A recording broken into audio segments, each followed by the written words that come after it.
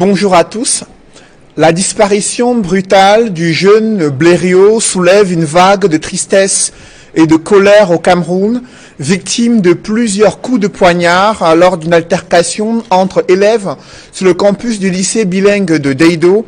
Il a succombé à ses blessures à l'hôpital de district situé non loin de cet établissement scolaire public. Ce drame révèle au goût du jour la montée en puissance de la délinquance juvénile et des violences urbaines en milieu scolaire. Comment une telle agression mortelle a pu se produire sur le campus d'un lycée? La communauté éducative est-elle devenue au fil des ans impuissante devant l'ampleur de ces fléaux sociaux? Que sont devenues les instructions du président de la République visant à assainir les milieux scolaires au Cameroun? Et pour ne rien arranger, la prise en charge médicale du jeune Blériot ne cesse elle aussi de susciter de vives critiques entre soupçons de négligence médicale et insuffisance du matériel adéquat. Des députés et leaders d'opinion appellent aux sanctions immédiates de certains personnels médico-sanitaires qui étaient plus engagés à faire des vidéos indécentes au lieu de sauver ce jeune élève du lycée bilingue de Deido. Le ministre de la Santé publique a désapprouvé une telle attitude et prescrit une enquête en vue de déterminer les responsabilités.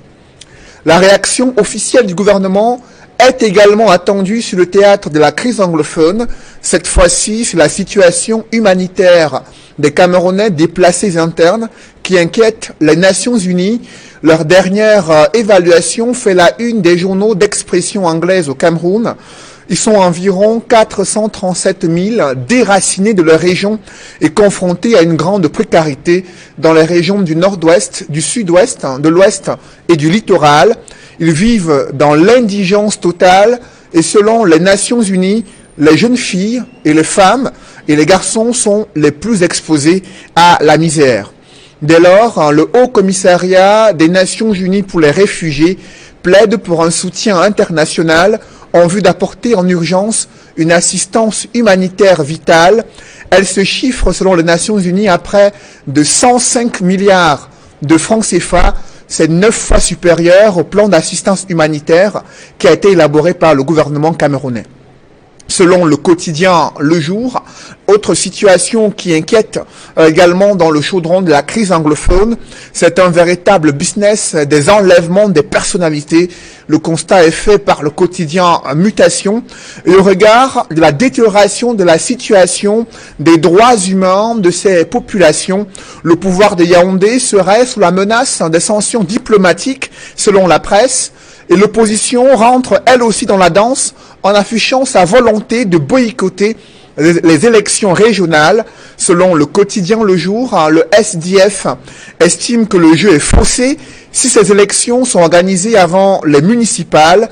Le quotidien Émergence, quant à lui, a décelé de nombreux pièges dans ce projet de loi relatif aux conseils régionaux et en examen au Parlement. Le pouvoir veut-il biaiser le jeu électoral? S'interroge ce journal. Maurice Kamto et ses alliés politiques en prison depuis 2 mois s'opposent également à l'organisation de ces régionales. Ils estiment que le dialogue politique national est un préalable, mais pour l'heure, ils sont toujours en prison et c'est le statu quo concernant leur procédure judiciaire devant les tribunaux à Yaoundé. Sous la pression de l'Europe et des États-Unis en vue d'apaiser les tensions sociopolitiques au Cameroun, le chef de l'État, Paul Biya, développe de nouveaux axes de coopération, cette fois-ci entre Yaoundé et Moscou. Pour la presse, l'invitation de Paul Biya au tout premier sommet Russie-Afrique laisse apparaître une offensive géostratégique et dans ce jeu de puissance, la presse s'interroge quel est l'intérêt des Camerounais. Ces questions brûlantes d'actualité constituent l'ossature de droit de réponse. Mesdames, Messieurs, bienvenue dans cette émission où le choc des idées fait jaillir la lumière des analyses effectuées sur ce plateau. Et pour cette nouvelle édition de droit de réponse, je reçois ce dimanche Jean-Robert Wafo. Bonjour. Bonjour Cédine Oufélé, bonjour à tous les panélistes ainsi qu'à tous les téléspectateurs de cette excellente émission. Vous êtes adjoint au maire à Douala 2e, ministre du chef de cabinet du SDF, chargé de l'information et des médias. Merci d'être avec nous ce dimanche. C'est moi qui vous remercie. Également présent sur ce plateau, André Luther Meka. Bonjour André. Bonjour et bonjour à tous les millions de téléspectateurs qui nous regardent. C'est un plaisir que vous puissiez m'inviter aujourd'hui. Je précise que vous êtes militant du RDPC, le parti au pouvoir. Vous êtes également enseignant, vous dispensez des cours dans les universités au Cameroun. Merci d'être avec nous ce dimanche. Le troisième panéliste est Olivier Ekoka. Bonjour Olivier. Bonjour Cédric et bonjour à tous les panélistes. Je précise que vous êtes représentant régional du mouvement Agir, dirigé par Christian Penda Ekoka, lui qui est allié politique de Maurice Kamto, tous les deux encore en prison depuis déjà 2 mois dans le cadre des marches blanches du MRC. Merci d'être avec nous ce dimanche. Également présent sur ce plateau, le 4e panéliste de ce dimanche, expert des questions de décentralisation, Barthélémy Komchuente, bonjour. Bonjour Cédric, bonjour à tous les co-panélistes et aux nombreux téléspectateurs de votre chaîne. C'est avec plaisir que je vais apporter ma contribution au débat de ce jour. Et juste à côté de vous, Barthélémy Komchuente, l'éditorialiste de la Nouvelle Expression et consultant sur droit de réponse, Edmond Kambia. Edmond, bonjour. Bonjour Monsieur Noufélé, bonjour à tous les copanélistes et mes salutations fraternelles et amicales à tous les téléspectateurs fidèles de cette émission. Le drame survenu au lycée bilingue de Deido vendredi dernier alimente de vifs débats au Cameroun. D'abord avec vous, Jean-Robert Wafo. Comment analysez-vous la survenance de cette agression mortelle d'un élève sur le campus d'un lycée à Douala? Avant d'apporter ma contribution, n'est-ce pas, sur ce drame, permettez-moi d'abord d'avoir une pensée, n'est-ce pas, pour mon compagnon de lutte, pour un grand combattant qui s'en est allé, l'adjoint au maire, Lotin Samé Adolphe. Il réside à un jet de pierre, n'est-ce pas, de ce bâtiment. C'est un homme de qualité. C'est un homme qui avait un sens élevé des valeurs de la République. Il n'est de secret pour aucun usager, qu'il était toujours utile et disponible chaque fois qu'on lui confiait une tâche. Le SDF, par ma voix, n'est-ce pas, adresse ses condoléances à sa famille nucléaire, ainsi qu'à ses proches. Permettez-moi également d'avoir, puisque nous avons été doublement frappés, une pensée également pour l'honorable Joseph Banadzem, qui est décédé très tôt le matin d'hier, aux environs de 3 heures, de suite de maladie. Donc le SDFP, n'est-ce pas, une très grosse pointure, un homme de qualité et d'exception, qui a conduit le groupe parlementaire du SDF à l'Assemblée nationale depuis 2013. Donc vous voyez que nous sommes doublement touchés. Et bon, leur combat continuons et nous espérons que bien évidemment de très là-haut ils nous accompagneront, n'est-ce pas, dans les différentes batailles qui s'annoncent rudes. Maintenant, pour ce qui concerne le drame survenu au lycée bilingue de Deido, je veux dire, c'est un drame qui est moralement insoutenable et totalement inhumain. Rien, je dis bien absolument rien, ne justifie, n'est-ce pas, cette tragédie survenue de surcroît en milieu scolaire. Alors, mais très rapidement, il y a des questionnements qui taraudent mon esprit. À savoir d'abord l'encadrement des parents, la sécurité en milieu scolaire, le comportement, n'est-ce pas, des encadreurs et autres dans les établissements scolaires, ainsi que le comportement, n'est-ce pas, du personnel soignant dans les centres hospitaliers, notamment en cas d'urgence médicale. Il est clair que le comportement d'un enfant dans la société dépend également de l'éducation qu'il a reçue. Bien évidemment, il faudrait que les parents, n'est-ce pas, sachent une chose, c'est quoi? C'est que l'enfant, l'avenir de l'enfant commence d'abord à la maison. Parce qu'un enfant bien éduqué, il est difficile que, bien évidemment, qu'il essaie de perpétrer des actes pareils quand il est en milieu scolaire. De deux, il y a la question également des des éducateurs, du comportement donc des éducateurs. C'est vrai, à l'époque, quand nous étions au collège, on avait une peur bleue des enseignants, même des proviseurs. Je veux dire, les directeurs d'école. Quand ils arrivaient, c'est chaque enfant qui se cachait. Mais aujourd'hui, on observe parfois que pendant que dès qu'un enfant est par exemple puni par un encadreur, je ne sais pas, par un surveillant ou bien par un censeur, on trouve encore des parents qui viennent carrément à l'établissement insulter l'encadreur, même parfois devant les élèves en question. La question de la sécurité également en milieu scolaire est une question extrêmement importante. Parce que quand vous prenez le cas du lycée bilingue de Dedo, c'est environ 5 000 à 6 000 élèves. Et regardez la barrière. La barrière, c'est moins de 2 mètres. Et regardez ce qu'il y a tout autour. C'est les bars, c'est tout, ces stations d'essence et tout. Et quel est le ratio requis au Cameroun, c'est-à-dire le ratio nombre d'encadreurs effectifs dans un établissement?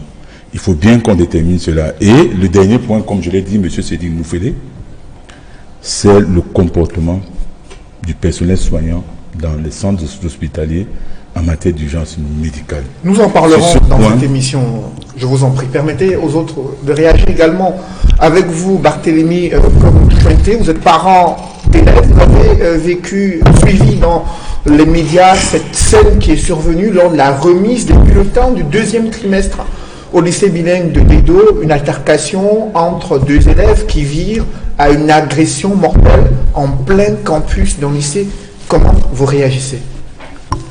Moi, je dirais que ce drame du lycée bilingue de Dedo est tout simplement scandaleux et inadmissible.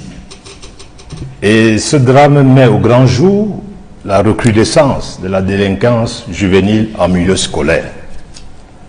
Vous voyez, il n'y a pas longtemps, dans ce même lycée, un garçon a été violé par 2 garçons. Aujourd'hui, c'est un élève qui est sauvagement assassiné par son camarade.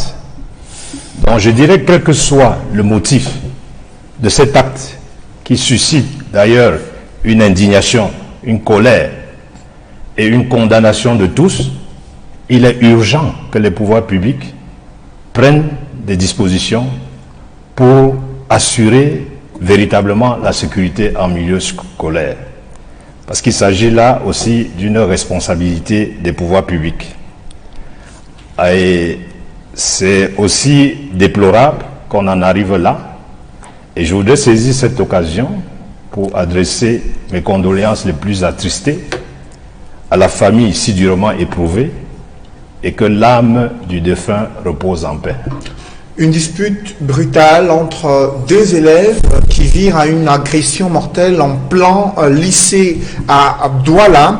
Olivier Ekoka, sur ce drame survenu au lycée bilingue, il y a eu des dysfonctionnements qui sont évoqués ici par les premiers panélistes qui prennent la parole. Pour vous, quelle est votre grille d'analyse au regard de cette communauté éducative qui fait face à l'ampleur de cette insécurité en milieu scolaire?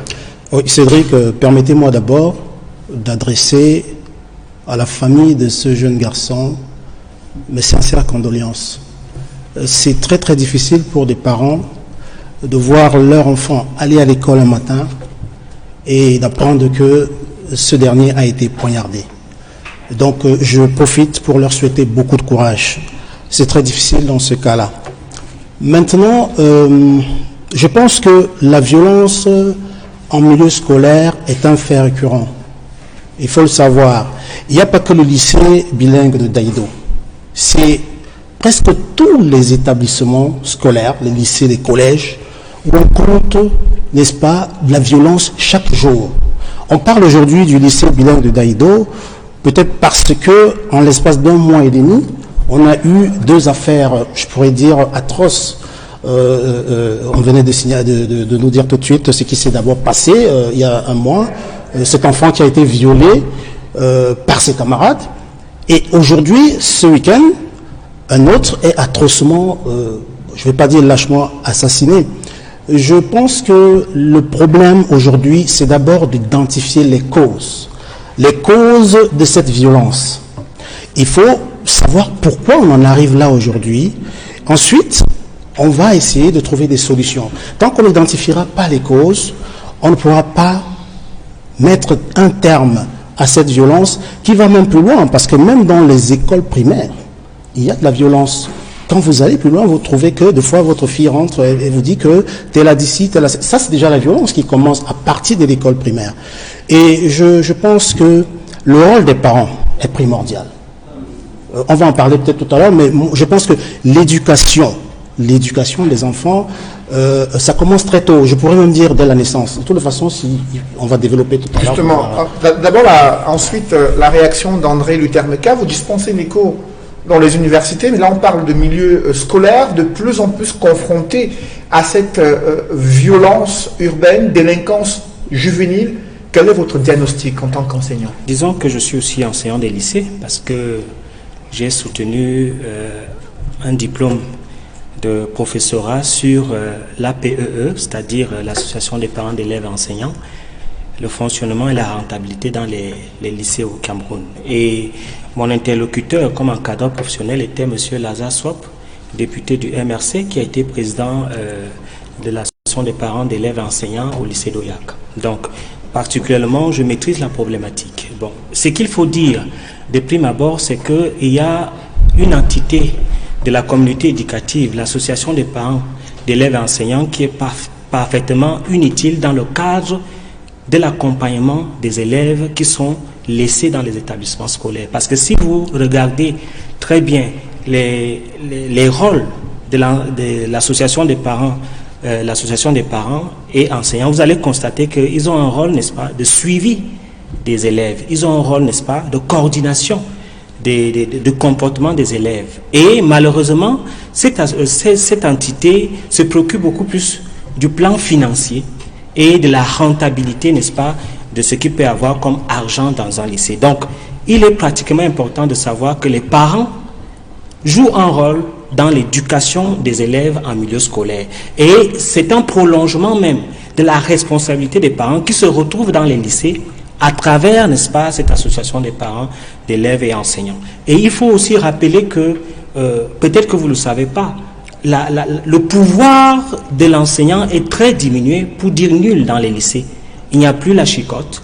Il est strictement interdit de punir un élève, même de le mettre à genoux, parce qu'on dit que ce suivi psychologique des élèves peut, n'est-ce pas, le frustrer à la longue. Donc, automatiquement, il faudrait soit le déplacer, mais ne même pas le mettre dehors. Ce qui fait que les enfants qui sont au courant, n'est-ce pas, de cette stratégie, qui vient, n'est-ce pas, de l'éducation, savent effectivement que l'enseignant n'a plus le pouvoir d'avoir, n'est-ce pas, de l'ascendance sur l'élève. Donc, ce qu'il faut savoir également, c'est qu'il y a une violence inouïe dans les établissements scolaires, des lycées. Cette violence, la cote d'alerte a été donnée à travers les abus sexuels entre les camarades de classe et même ce qu'on appelle la tontine sexuelle. Parce qu'aujourd'hui, ça c'est une enquête que j'ai fait à CIFIA International à l'époque comme messager en 2008, le taux de sexualité, la moyenne d'âge c'est 12 ans, 11 ans. Par le voyeurisme, et cela est fait par l'injection des programmes pornographiques dans les télévisions camerounaises et dans les médias et même dans les sites pornographiques. Donc, la capacité aujourd'hui des enseignants de gérer la sécurité dans les établissements scolaires est extrêmement diminuée. Parce qu'il faut savoir qu'on ne doit plus chicoter un enfant, on ne doit plus le punir. Finalement, ça devient, n'est-ce pas, un rôle symbolique. Donc, il revient aussi à l'État de pouvoir fournir les établissements scolaires d'un certain nombre d'appareils, de batteries sécuritaires. Parce que même dans les entreprises où les gens sont civilisés, il y a des gardiens. Il faudrait également que dans les établissements des lycées, qu'il y ait, n'est-ce pas, des infirmeries pour qu'il y ait au moins les premiers soins. Parce que, quand vous voyez, c'est pas seulement, ça c'est un cas assez extrême, mais il y a des blessures, il y a des bagarres. Donc, parfois, il faut prendre soin, n'est-ce pas, de l'élève dès les premiers soins. Et c'est des choses qui manquent dans les établissements scolaires. Donc, automatiquement, non seulement les pouvoirs publics doivent prendre ce cas avec beaucoup de sérieux, mais les parents doivent effectivement s'impliquer dans l'accompagnement des élèves dans les établissements scolaires. Il y a des parents qui n'envoient que de l'argent, qui ne participent jamais aux réunions, qui n'interpellent pas les enseignants, qui n'interpellent pas l'institution par rapport au comportement des élèves. Parce qu'on n'évalue pas seulement la capacité intellectuelle, mais on évalue aussi le comportement, n'est-ce pas, d'un élève, le suivi de son comportement. J'ai appris que dans les établissements en Europe, on note le comportement. Et quand un enfant est violent, on note. Ce qui fait que lorsque l'enfant évolue, on sait que cet enfant est violent, cet enfant est très colérique dans des situations un peu plus, n'est-ce pas, de discussion, et par conséquent, on suit son évolution. Malheureusement, ce n'est pas ça, et je crois que c'est des choses que nous devons améliorer pour que le produit qui vient, n'est-ce pas, de la famille, soit suivi et puisse avoir un aboutissement, un accomplissement, n'est-ce pas, de la réalisation de l'homme en fait. Face à l'ampleur de ces fléaux sociaux, la communauté éducative est-elle dépassée par les événements? Ce sont les questions qui se posent au moment où l'insécurité est grandissante en milieu scolaire. Avec vous, Edmond Kambia, on a suivi tout à l'heure la question du suivi psychologique de ces enfants qui eux-mêmes viennent des environnements sociaux de plus en plus difficiles, avec des parents parfois absents, mais la responsabilité se limite-t-elle à celle de l'éducation dans la cellule familiale? Quels sont les faits que vous analysez concernant ce drame survenu au lycée bilingue de Daïdo? Je voudrais m'associer à tous les copanélistes pour adresser mes sincères condoléances à la famille de cet élève du lycée de bilingue de Daïdo qui est décédé, qui est passé de vie à trépas, alors qu'il s'est levé ce matin-là pour aller chercher son bulletin de notes. Il n'est jamais retourné. Je voudrais également dire que dans cette affaire, il y a une triple responsabilité. La responsabilité des parents que nous sommes, la responsabilité des enseignants et la responsabilité des pouvoirs publics.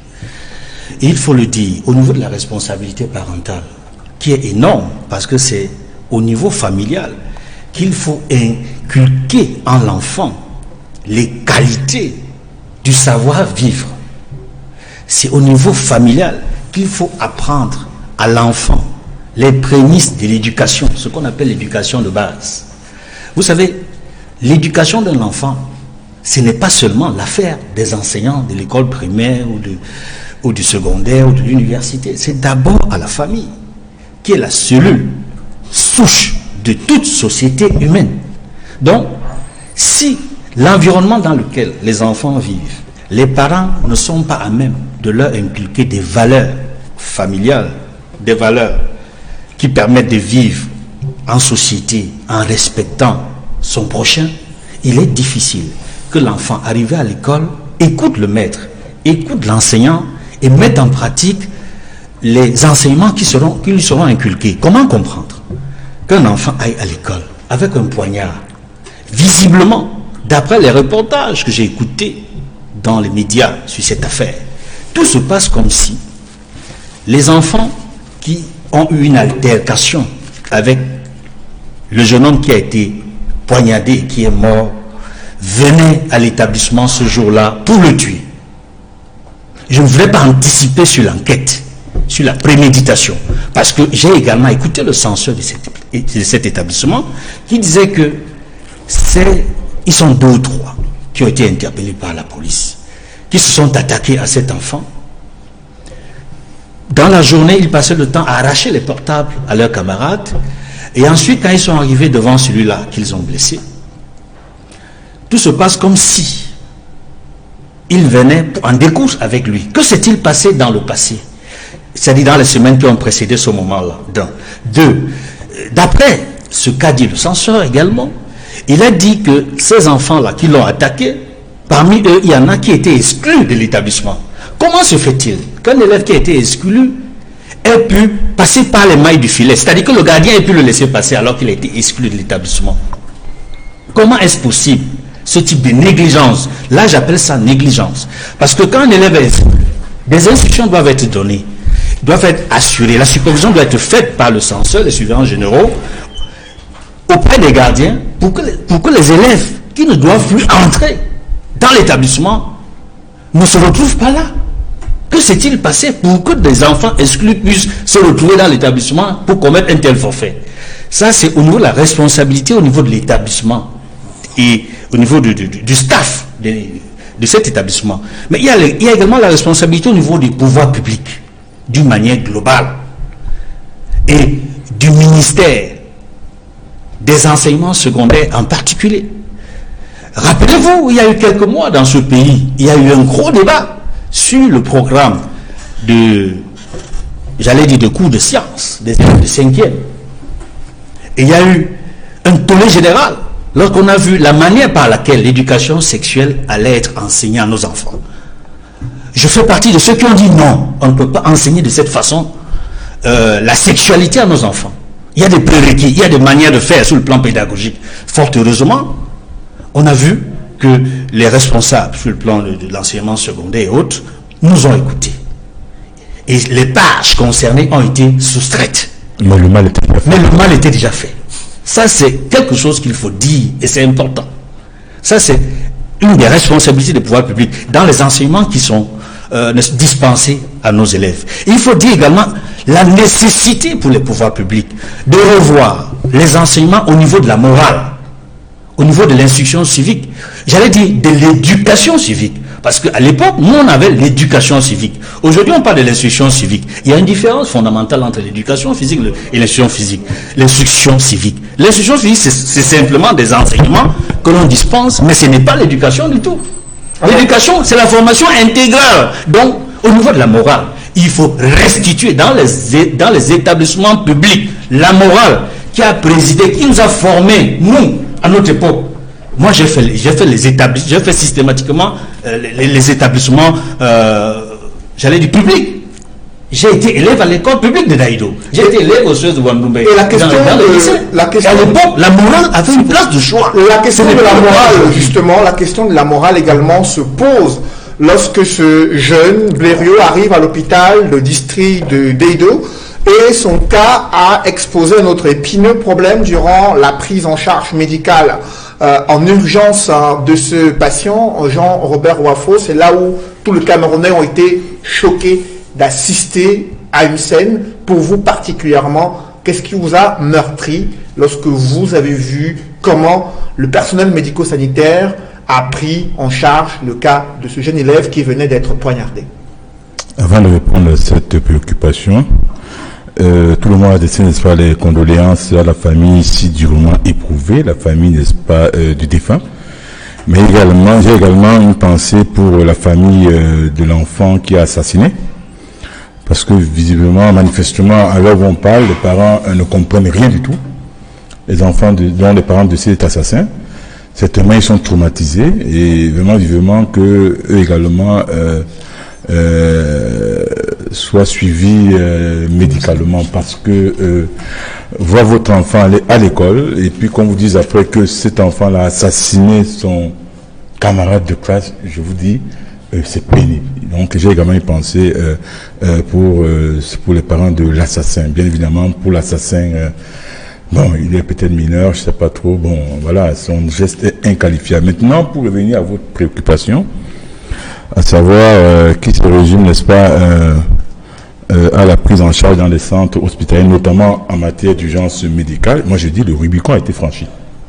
Au vu des images contenues dans les vidéos qui ont envahi la toile. On a vu le personnel soignant, c'est-à-dire que des infirmières, des infirmiers, et on nous a dit que c'était, n'est-ce pas, le médecin-chef de ce centre hospitalier, et pour permettre carrément de transformer une salle de réanimation en une salle de production de films. C'est incroyable. Plutôt que, n'est-ce pas, de se concentrer sur l'enfant qui est agonisant, on a vu des gens se préoccuper plutôt à la prise de photos. Je dis, c'est insoutenable. Et le plus grave, c'est quoi? C'est que, sans respect, n'est-ce pas, pour le mort, sans respect pour la déontologie requise en matière d'urgence médicale, sans aucun respect également pour la conscience collective qui sont permis de diffuser, n'est-ce pas, ces vidéos sur la toile. C'est incroyable, c'est impensable. Je pense, pour ma part, qu'il faut qu'il y ait des sanctions sévères, qui soient prises en compte, n'est-ce pas, de tout ce personnel soignant qui s'est permis, du moins, nous voyons très bien sur les vidéos que ces personnes sont identifiables. Et la radiation est à envisager. Et ça pose également l'épineux problème, parce qu'on parle de la responsabilité des politiques. Oui, les politiques qui nous gouvernent ont démissionné de la mission. Vous avez compris, M. Céline Oufélé? Ces politiques ont démissionné. Il y a eu de multiples rapports qui ont été adressés au pouvoir public, notamment aux différents ministres de la Santé qui se sont succédés à la tête de ces départements ministériels. Et le rapport le plus crédible est celui qui a été fait par l'ordre des médecins, qui s'inquiétait, n'est-ce pas, déjà de la prolifération des centres de santé, des centres de formation, ainsi que de l'offre, n'est-ce pas, servie dans ces différents centres de formation sanitaire. Qu'a-t-on fait de ces différents rapports? Rien du tout. La cartographie sanitaire est connue. Qu'a-t-on fait de ça? Rien du tout. Et puis, cette image est révoltante quand on regarde le plateau technique sur lequel on a mis cet enfant. En plein 21e siècle, un enfant qui a été poignardé, on le voit là. Chacun entre dans la salle de réanimation et ressort. Les infirmiers entrent et ressortent. Les civils entrent et ressortent. Vous avez vu ça où? Dans quel pays? Quand on parle de réanimation, il y a quand même tout un sérieux. Il y a un minimum requis en matière d'urgence médicale, notamment dans les salles de réanimation. Qu'est-ce qu'on fait finalement de l'argent qu'on collecte dans ce pays, nos impôts et taxes? Qu'est-ce qu'on fait de ça? Quand vous parlez seulement du cas de cet enfant, j'ai encore en mémoire l'affaire Monique Koumateke, qui est décédée ainsi que son enfant. L'affaire également de votre collègue, Thierry Carole, qui a perdu et son épouse et son enfant. Quel est ce pays où, en plein 21e siècle, parce que vous voulez donner de la vie, vous perdez votre vie ainsi que celle de votre enfant? Mais de grâce, arrêtons. Mettons les moyens dans la santé. Supprimons les dépenses improductives de l'État. Arrêtons la saignée en matière de détournement de deniers publics. Parce qu'il y a deux choses sur lesquelles un pays ne blague pas. Il y a l'éducation et il y a la santé. Malheureusement, ces deux secteurs sont fortement marchandés au Cameroun. Et cette affaire au niveau de la mission dans ces écoles. Le jeune Blériot qui vient éclabousser l'hôpital de district de Deido et certains personnels médico-sanitaires qui sont sur les braises ardentes, critiqués par l'opinion publique, avec vous, Barthélémy, comme jointé sur l'attitude du personnel médico-sanitaire. On a quand même vu certains infirmiers qui se sont mobilisés pour sauver ce jeune Blériot qui venait d'arriver une mare de sang, mais l'attitude des autres personnels choque les Camerounais. Quelle est votre perception sur la prise en charge médicale de ce jeune élève? Alors Cédric, ce qui me choque le plus, c'est ce manque de considération pour l'être humain. Et surtout un être humain en difficulté, voire même décédé, comme était ce jeune Blériot. Je crois que nous devons avoir tous une sensibilité pour les souffrances de l'être humain. Mais quand ça se passe dans un hôpital, c'est tout à fait lamentable. Parce que l'hôpital doit pouvoir accueillir les malades et les patients et leur accorder le soin nécessaire. L'hôpital est un milieu où déjà le médecin doit remplir son serment d'Hippocrate, et le personnel médical doit être quand même formé sur la sensibilité à la souffrance de l'être humain. Alors quand on voit ce qui se passe, ce qui s'est passé avec ce cas, on se dit tout simplement que on n'est même plus en sécurité dans le milieu hospitalité. Et c'est tout à fait regrettable. Et le ministre de la Santé publique qui déplore et désapprouve le comportement de certains personnels médico-sanitaires réagissant à cette actualité concernant le décès de ce jeune Blériot. Il dit avoir prescrit une enquête, le ministre de la Santé publique, pour voir clair sur la responsabilité des uns et des autres. Olivier Coca, alors comment vous réagissez suite à cette affaire? Cédric, avant d'aller sur le champ de l'hôpital, nous sommes tous sidérés par ce qui s'est passé.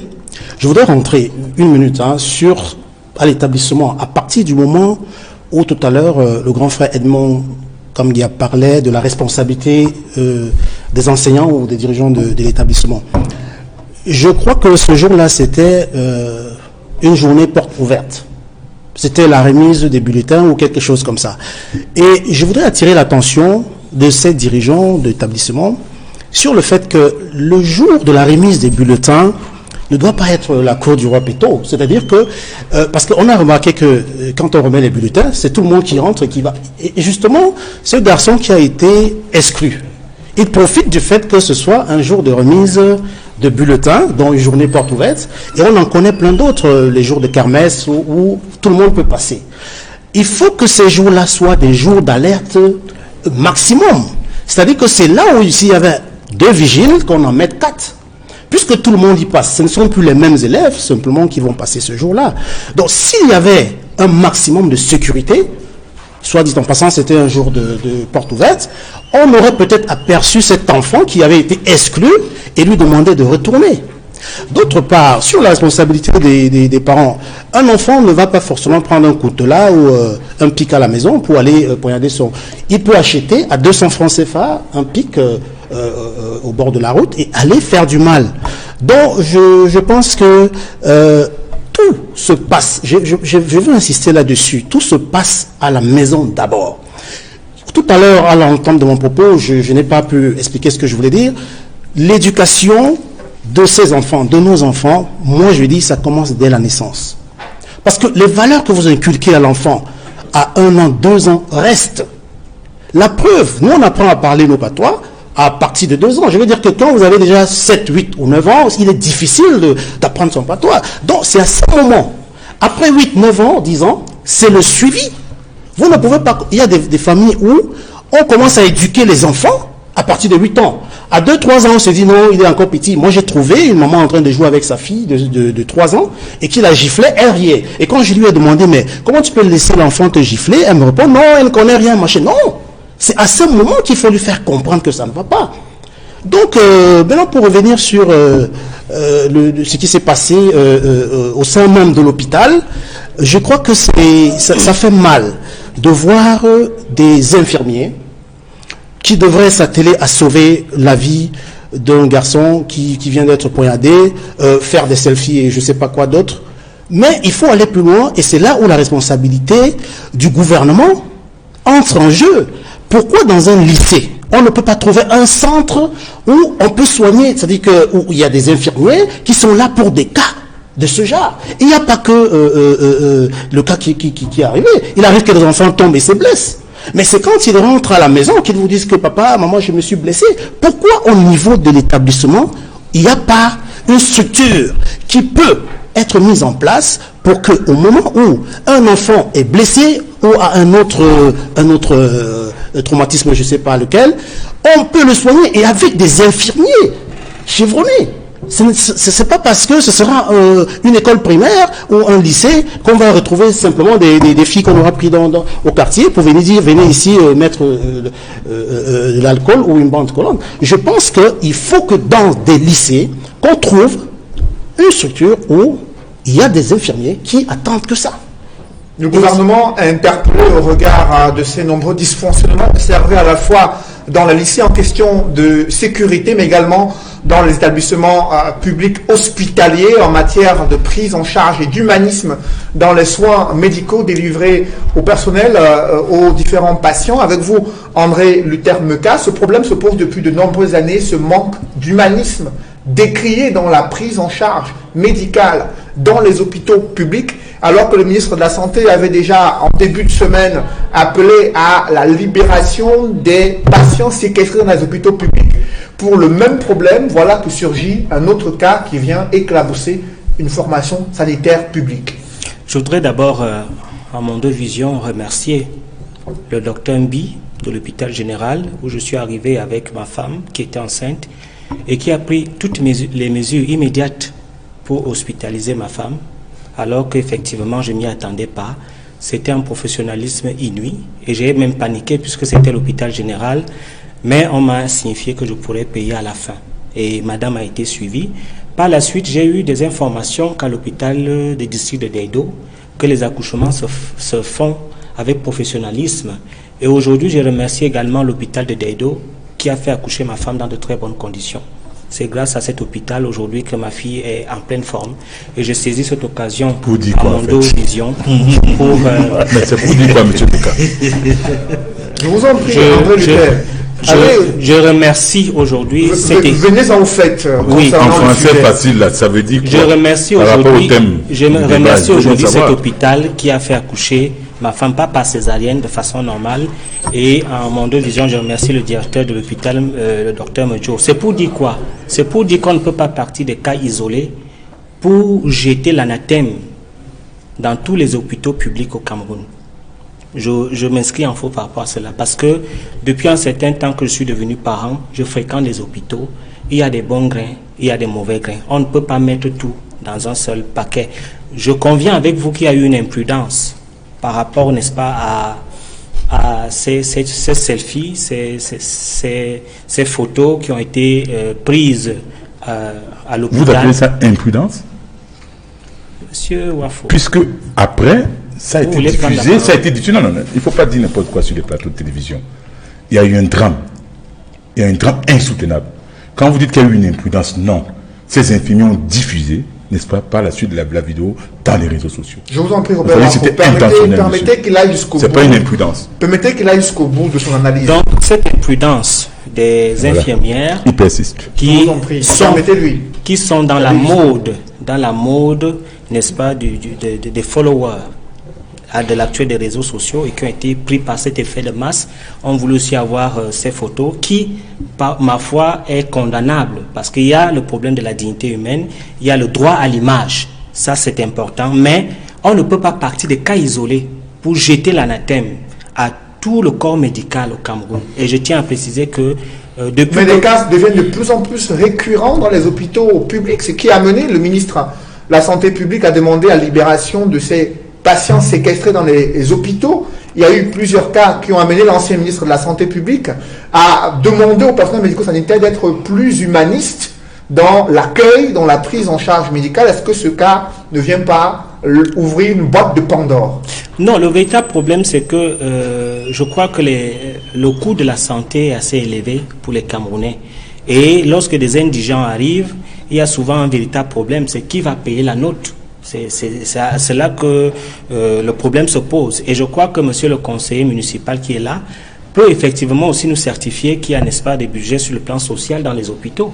Et ces budgets qui sont dans le cadre social doivent notamment avoir une étude minutieuse avant, n'est-ce pas, de prendre en charge le patient qui est, n'est-ce pas, démuni. Mais moi, j'applaudis la mesure du ministre qui a demandé de libérer, n'est-ce pas, tous les patients qui ont été séquestrés dans les hôpitaux. Et moi, je ne peux pas non plus condamner les responsables parce qu'il faudrait que lorsqu'il y a des patients, qu'on puisse effectivement faire une note parce qu'il y a une comptabilité générale de l'hôpital. Il y a les frais de médicaments, il y a les frais de pansement, il y a tous ces frais-là. Il faudrait bien qu'on sache effectivement qui doit payer le coût. Et aujourd'hui, il ne suffit pas seulement un laisser-aller ou, j'allais dire, un sauf-conduit du ministre. Il faudrait aujourd'hui que dans les hôpitaux, qu'il y ait un budget social bien établi qui est mis en branle lorsque, n'est-ce pas, un patient arrive et qu'il est démuni. Je voudrais finir par rapport à la situation du jeune garçon qui est mort, pour dire que, pour moi, il y a la responsabilité des parents. Les parents aujourd'hui doivent s'informer sur les fréquentations, les compagnies, les attitudes de leur enfant. Parce qu'effectivement, lorsque je vois le comportement de cet enfant, il est d'une extrême violence. Parce que lorsque j'ai appris qu'il a déchiqueté un être humain avec du couteau, ça veut dire effectivement qu'il y a quelque chose qui ne va pas. Est-ce qu'il était dans un état, est-ce qu'il était en transe, est-ce qu'il avait pris des substances? Ça, les enquêtes vont nous dire. Lorsque j'étais au collège à Fred Saker, à l'époque, on ne remettait pas les bulletins aux élèves, on remettait aux parents. On remettait les bulletins. Il faut que cette attitude revienne. Cette nomenclature revienne parce que quand vous arrivez, le professeur titulaire vous informe sur l'attitude de votre enfant à l'école. Et c'est l'occasion pour le professeur titulaire, qui est le professeur de la classe, il vous donne, n'est-ce pas, un certain nombre d'indicateurs par rapport au comportement sur le plan intellectuel et sur le plan même social du vivre ensemble de l'élève. Donc il faut que cette attitude revienne. Parce que lorsque on remet les bulletins aux enfants, c'est souvent des moments de retrouvailles. Hein? C'est-à-dire qu'on se retrouve et puis on va en boîte et puis on fête l'échec, les autres on les réconforte et ça amène un certain nombre, n'est-ce pas, de déviances dont les parents ne peuvent pas s'imaginer. Donc en tant que pédagogue, d'ailleurs, l'un de ce plateau, il est important que ces mesures, notamment l'infirmerie, renforcer la sécurité dans les lycées parce qu'il y a des délinquants. Aujourd'hui, dans les lycées, lorsqu'on fait cours, quand un professeur est agressé, tous les collègues sont obligés d'être là parce que parfois c'est des phénomènes incontrôlables. Et également, il faudrait que les parents d'élèves jouent leur rôle et qu'on remette les bulletins aux parents pour qu'il y ait un dialogue entre le parent, n'est-ce pas, et les enseignants. À l'hôpital de district de Deido, les majors de service sont convoqués à une réunion d'urgence dès lundi 1er avril 2019, l'ordre du jour qui portera sur le respect de l'éthique professionnelle, la déontologie et la confidentialité dans la pratique des soins médicaux. À quel moment cela arrive, Barthélémy Komtwente, cette réunion portant sur le respect des règles d'éthique et de déontologie qui intervient à un moment où l'hôpital se retrouve face à un cas dramatique, celui concernant ce jeune blériot, élève poignardé et dont la prise en charge médicale suscite de vives critiques. Alors, avant de répondre à votre question, je voudrais d'abord marquer ma surprise sur cette déclaration de mon voisin de droite, M. Meka, qui déclare à Mondovision que le directeur général de l'hôpital général lui a accordé une faveur. Alors qu'autant que je sache, M. Meka n'est pas un indigent. Je n'ai pas parlé de faveur. Parce que quand M. Meka dit qu'on a permis que sa femme accouche, non, c'est la règle. Avant qu'il ait la possibilité de payer, je pense que les mesures dictées par le ministre de la Santé s'appliquent aux indigents. Et que là, M. Meka ouvre droit la voie à l'injustice. Parce que imaginez-vous que j'arrive à l'hôpital général demain avec le même cas et que je sollicite telle faveur au directeur général. C'est une façon de l'embarrasser. Donc je crois que ce genre de situation, vous ne devez pas l'exposer en Mondiovision. Parce que, vous exposez non seulement ce directeur général, compris. mais la facture se paye à la fin. Vous montrez donc qu'il pratique des mesures discriminatoires. Et ça, c'est inadmissible, c'est une injustice. Maintenant, en ce qui concerne le personnel de l'hôpital qui doit se réunir pour trouver des solutions, je crois que dans l'urgence, je l'ai dit tout à l'heure, les pouvoirs publics doivent prendre des dispositions pour qu'il y ait la sécurité en milieu scolaire. Et je crois que cette réunion participe donc des mesures pour la prise en charge qui résulteraient de tels cas, notamment l'assassinat ou bien autres cas de patients qui arrivent dans un centre médical. Et c'est tout ce que nous, en tant que citoyens, on souhaite pour que l'être humain soit valorisé. Qu'on ne mette pas l'argent avant, surtout l'être humain en difficulté. Il faut s'occuper de l'être humain. Et je pense que dans le milieu hospitalier, il n'est pas tolérable ni admissible que le personnel médical se comporte avec désinvolture quand il y a un être humain en souffrance. Donc je pense qu'il ne faut pas se limiter à ce cas de l'hôpital, il faut que ce soit une mesure d'ordre général qui soit prise par le ministre et les pouvoirs publics. Alors, s'il vous plaît, je voudrais apporter, c'est important, m'a interpellé parce que les téléspectateurs peuvent être confus. La facture à l'hôpital général se paye à la fin, c'est-à-dire que ma femme a été hospitalisée, internée, et on paye la facture à la fin. C'est les opposants qui apportent la psychose, qu'on vous arrête, non, ça se paye à la fin. Et j'ai même été surpris de la procédure, parce que dès qu'elle a été hospitalisée, j'ai paniqué en disant... Justement. On m'a dit effectivement... Non, c'est important, on m'a dit que ça se paye à la fin. Sur cette nécessité d'améliorer les conditions d'accueil et de prise en charge médicale dans les hôpitaux pour les cas d'urgence, que faut-il faire selon vous? Mais il faut une couverture maladie universelle. C'est extrêmement important. Qu'attend-on pour mettre ça sur pied? On ne va pas me dire que c'est l'argent qui manque. L'argent est dans ce pays la chose qui manque le moins. Tout simplement que cet argent est détourné par des mafias qui sont bien connues. Voyez-vous, je vais prendre un exemple simple pour que les Camerounais essayent donc de mesurer l'ampleur. Est-ce que vous savez qu'en 2015, le rapport de la Chambre des comptes pour le compte de l'exercice 2015 a fait état de ce que 40% du budget de fonctionnement de l'État avait été détourné au cours de cet exercice. Le budget de fonctionnement de l'État, c'était 2115 milliards. Ça veut dire que vos camarades, M. Meka, ont détourné 840 milliards de francs CFA en un an. Imaginez donc ce qu'on peut faire avec 840 milliards en termes de couverture de maladie universelle. Mais voilà, c'est pour ça que je dis que c'est l'argent manque le moins, mais tout simplement, cet argent est distrait par des mafias qui se recrutent plus, n'est-ce pas, dans le parti de M. Meka. Et puis, je vais dire une chose, quand également, j'ai entendu des gens, on a oublié un pan, les amphétamines, je veux dire les drogues, dans les pharmacies ambulantes là, le phénomène de drogue, avec 100 francs, l'enfant se drogue. Il faut que les pouvoirs publics sévissent sur ce drame ambulant que sont les pharmacies ambulantes. Il n'y a pas que les gens également entendu les gens parler, n'est-ce pas, de la sécurité en milieu scolaire. Oui, mais combien y a-t-il de vigiles dans chaque établissement scolaire, notamment dans les lycées? Un lycée peut-être de 5 000 à 6 000 élèves, 3 vigiles. Alors qu'est-ce qu'ils vont faire?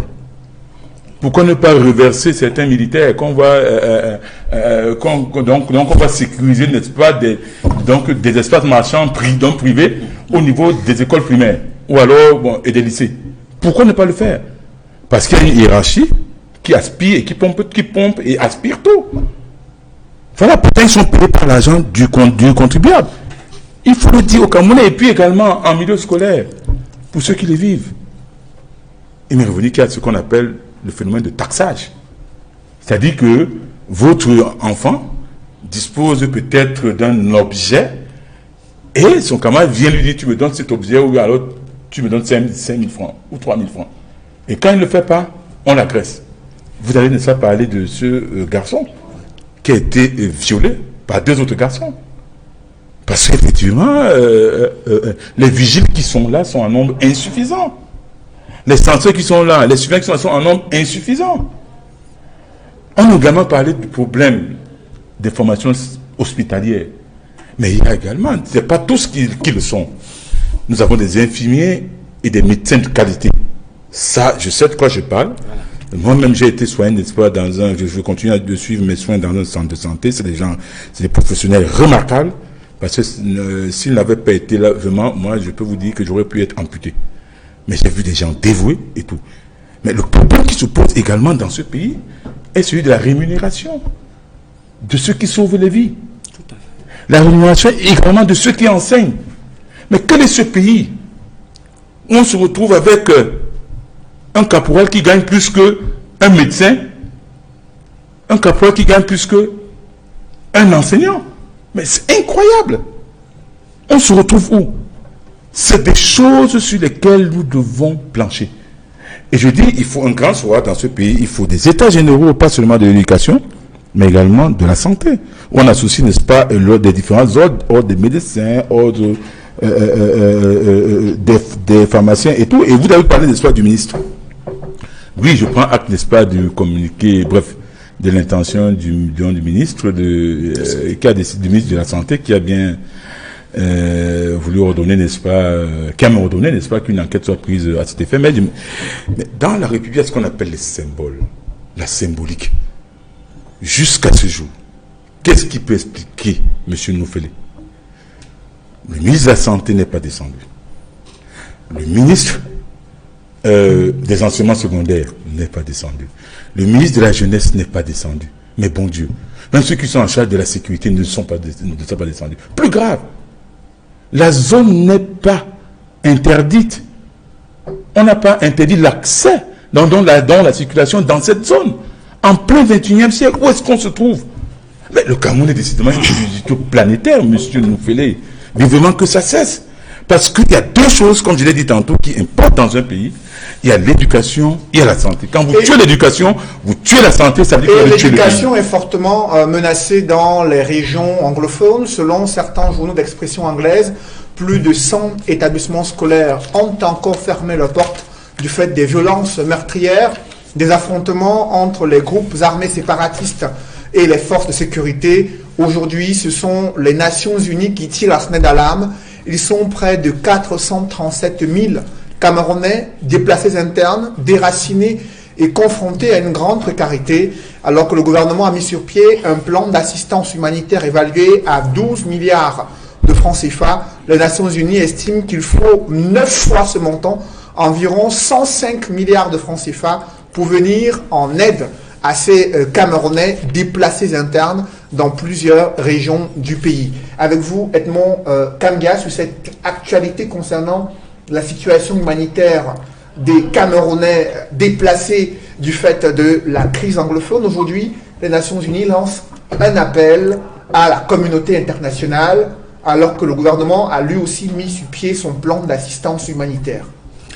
Oui, le gouvernement a mis sur pied son plan d'assistance humanitaire, mais qui n'est ni visible ni lisible. Et c'est la raison principale pour laquelle les Nations Unies sont appelées à intervenir. Ils se rendent compte, à travers leurs structures qui sont sur place, qu'il n'y a pas une lisibilité sur le caractère humanitaire, c'est-à-dire sur l'assistance humanitaire qui est faite aux déplacés, qui sont un peu plus nombreux que le chiffre que vous avez donné. Ils sont déjà dans les 473 000 qui ont quitté les régions du nord-ouest et du sud-ouest pour se répandre dans les autres régions, dans les 8 autres régions du pays. Sans compter les 50 000 environ de réfugiés qui se retrouvent au Nigeria. Je peux vous dire que l'assistance humanitaire par le gouvernement n'est pas lisible, je l'ai dit, mais parce que j'ai la chance de rencontrer les déplacés qui sont dans le littoral.